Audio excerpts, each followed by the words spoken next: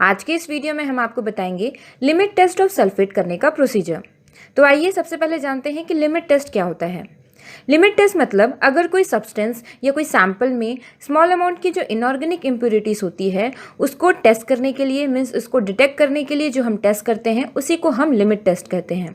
और यहाँ पे हम अगर सल्फेट का लिमिट टेस्ट कर रहे हैं, इसका मतलब अगर हमारे कोई सैंपल या कोई सब्सटेंस में सल्फेट की इम्प्योरिटीज़ है तो उसको हम लिमिट टेस्ट करके पता लगाते हैं। तो आइए सबसे पहले हम जानते हैं लिमिट टेस्ट ऑफ सल्फेट करने के लिए हमको किन किन केमिकल्स की ज़रूरत होती है। तो सबसे पहले हमको चाहिए पोटेशियम सल्फेट। पोटेशियम सल्फेट जिसका कंसंट्रेशन हमको बनाना होता है 0.1089% वेट बाय वॉल्यूम। हमने यहाँ पे 20 ml पोटेशियम सल्फेट सॉल्यूशन बनाया है। उसके बाद हमको नेक्स्ट चाहिए डिस्टिल वाटर। डिस्टिल वाटर के बाद हमको चाहिए बेरियम सल्फेट रिएजेंट।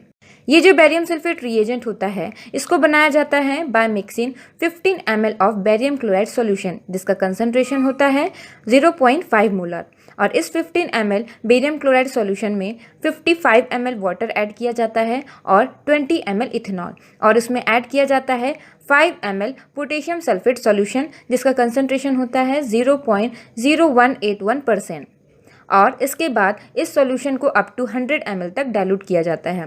तो ये जो रिएजेंट बनता है वो बेरियम सल्फेट रिएजेंट कहलाता है। इसके बाद हमको नेक्स्ट केमिकल चाहिए डाइल्यूट HCl। तो आइए शुरू करते हैं। सबसे पहले हमने स्टैंडर्ड सल्फेट सॉल्यूशन बनाया है of known concentration, means potassium sulphate का सॉल्यूशन बनाना होता है जिसका कंसंट्रेशन होता है 0.1089%। और इस पोटेशियम सल्फेट सॉल्यूशन को हम 1 ml ट्रांसफ़र करते हैं 50 ml नेस्लर सिलेंडर में।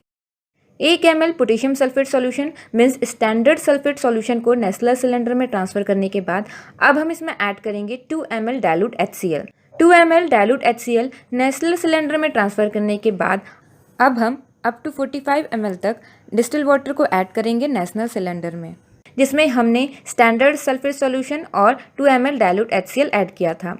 अब हम इसमें ऐड करेंगे 5 ml बेरियम सल्फेट रिएजेंट जो कि हमने पहले से बनाया था। इस 5 ml बेरियम सल्फेट रिएजेंट को हम उस नेस्लर सिलेंडर में ट्रांसफ़र करेंगे और उसके बाद उसको ग्लास रॉड से अच्छे से मिक्स करेंगे और उसको 5 मिनट के लिए रख दिए। अब हम सेम प्रोसीजर टेस्ट सैंपल के साथ भी करेंगे जिसमें हमको सल्फेट की इम्प्योरिटीज़ को चेक करना है। 1 ml सैंपल लेंगे और 1 ml सैंपल लेने के बाद उसको एक अलग दूसरे नेस्लर सिलेंडर में ट्रांसफ़र करेंगे और उसके बाद अगेन हम same quantity means 2 ml dilute HCl को ट्रांसफ़र करेंगे नेस्लर सिलेंडर में और उसके बाद नेस्लर सिलेंडर में अप टू 45 ml तक डिस्टिल वाटर को ऐड करेंगे। अप टू 45 ml तक डिस्टिल वाटर को नेस्लर सिलेंडर में ऐड करने के बाद अब हम इसमें ऐड करेंगे 5 ml बेरियम सल्फेट रिएजेंट। जो हमने स्टैंडर्ड सॉल्यूशन में जितना अमाउंट ऐड किया था उतना ही वैसा ही अमाउंट हम टेस्ट सैंपल में भी ऐड करेंगे और उसके बाद उसको अच्छे से ग्लास रॉड की मदद से मिक्स करेंगे और उसको 5 मिनट के लिए रख देंगे। आप यहाँ पे देख सकते हैं जो स्टैंडर्ड सॉल्यूशन है और दूसरा टेस्ट सॉल्यूशन है, दोनों में टर्बिडिटी है, मीन्स दोनों सॉल्यूशन क्लाउडी है। अब जो स्टैंडर्ड सॉल्यूशन की जो टर्बिडिटी होती है उसको टेस्ट सॉल्यूशन की टर्बिडिटी से कंपेयर किया जाता है और अगर टेस्ट सॉल्यूशन की टर्बिडिटी जो है स्टैंडर्ड सॉल्यूशन से कम होती है इसका मतलब हमारा जो टेस्ट सैंपल है वो लिमिट टेस्ट को पास किया।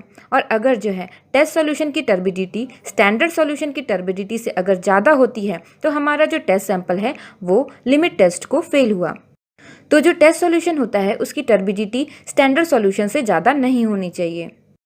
तो आप यहाँ पे देख सकते हैं जो टेस्ट सॉल्यूशन है उसकी टर्बिडिटी स्टैंडर्ड सॉल्यूशन से कम है, इसका मतलब हमारा जो सैंपल था वो लिमिट टेस्ट ऑफ सल्फेट को पास किया।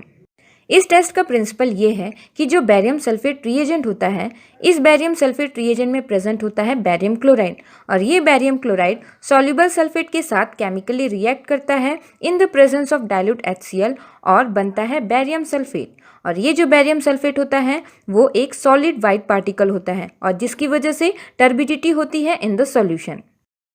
और अगर हमारे सैंपल में बेरियम सल्फेट के फॉर्मेशन की वजह से जो टर्बिडिटी हुई है वो अगर ज़्यादा होती है as compared to the standard solution, इसका मतलब हमारा सैंपल लिमिट टेस्ट को पास नहीं किया। तो जो टेस्ट सॉल्यूशन होता है उसकी टर्बिडिटी स्टैंडर्ड सॉल्यूशन से ज़्यादा नहीं होनी चाहिए। तो ये हो गया लिमिट टेस्ट ऑफ सल्फेट का प्रोसीजर।